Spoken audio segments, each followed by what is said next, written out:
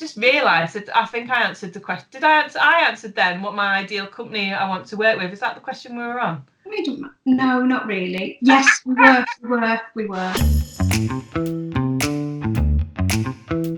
Yeah. So the ideal companies I want to work with. I really like working with healthcare companies and healthcare like apps.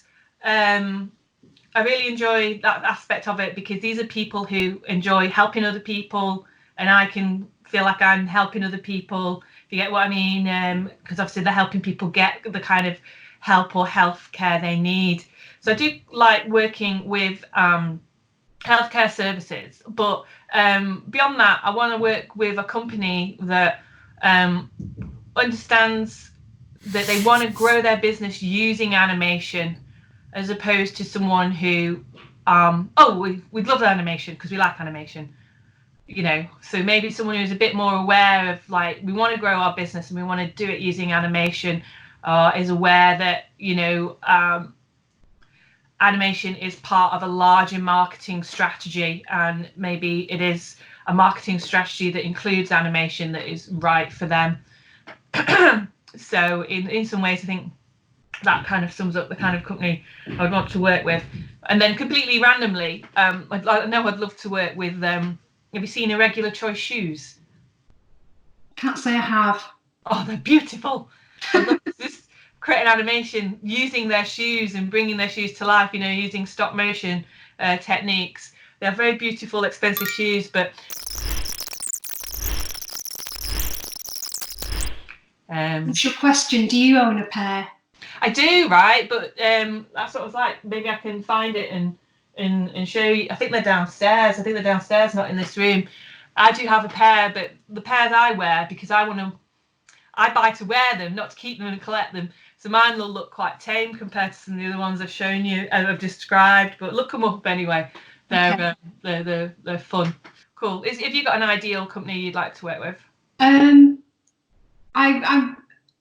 I write, I tend to probably more business focused, and I'm very good at finding data to support what the message the client wants to put out. So usually my stuff is quite data driven, although I can do everyday pieces, just opinion and things like that, but it's maybe the thought leading pieces that is probably my forte.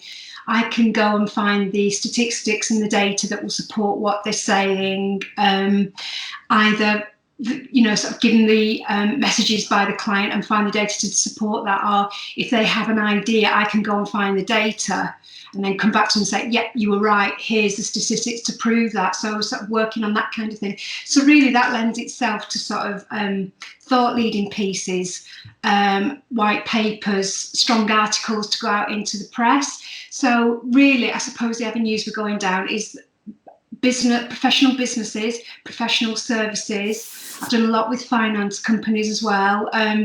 I've done a whole load of articles covering Brexit and how that affects the economy, and in particular how it affected the insolvency sector, because since the beginning of the year they've got exceptionally busy, which isn't a good thing, because when the insolvency sector is busy, that's the time to worry. But I think you can't just blame Brexit for that, but that's the kind of thing that I do, sort of checking out the trends, that kind of thing, finding the data, putting it all together in sort of a very professional, highly intelligent piece. That's probably what I do best. Talked about ideal companies, Kim. What would be your worst nightmare company? Well, it is as I was just saying, working with a company that maybe doesn't have their marketing plan is an animation, rather than them having marketing and want animation to be part of that marketing. So a company that is just solely relying on animation for their marketing, that's not going to work for them, because it needs to be part of a marketing strategy.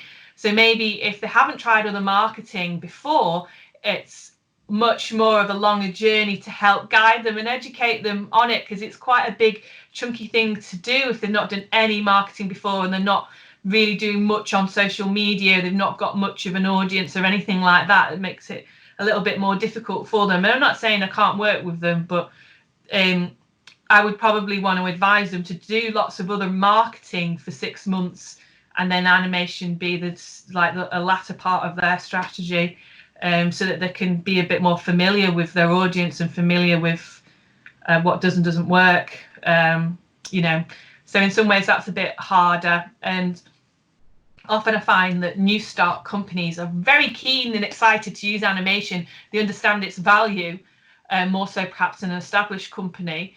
But then, of course, they don't know about their audience yet, and they perhaps don't have the budget yet, which is kind of a shame. But and that's another reason why I'm developing these programs, because at least I can help guide them and get them ready to use animation when they're ready, and guide them into getting their audience right and getting some of their messages spot on before we've even invested in any animation.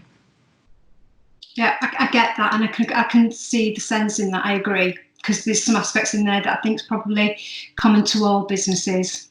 Sort of if you go in with like a bit of a, not so much consultancy role, but you're sort of going in with services that the client doesn't do themselves. Yes, you're always going to get that. I think I'm probably the end of the spectrum from that, in that not so much the clients who haven't done marketing are probably a little bit raw about it and don't have the experience. It's the other end of the coin. It's companies who probably haven't had much marketing, coal-face marketing experience themselves, and have probably picked up how to do marketing from a YouTube tutorial, or seen it on Dragon's Den or The Apprentice, and think they've got it down. And obviously there it's very formulaic, and they sort of follow a different strategy, and it always works. Well, sorry, but real life isn't like that. So, sort of I think, if I'm honest, I prefer those companies that have done marketing themselves, realised the pitfalls, been at the coalface, probably made some huge mistakes, and then sort of bring me in and say, right, okay, we've done that, that's wrong, let's find another way. So they probably, and going back to the ideal client again, so the nightmare ones would be ones who probably aren't very flexible and think they know how to do marketing and content. Yeah, okay, of course, I can see that.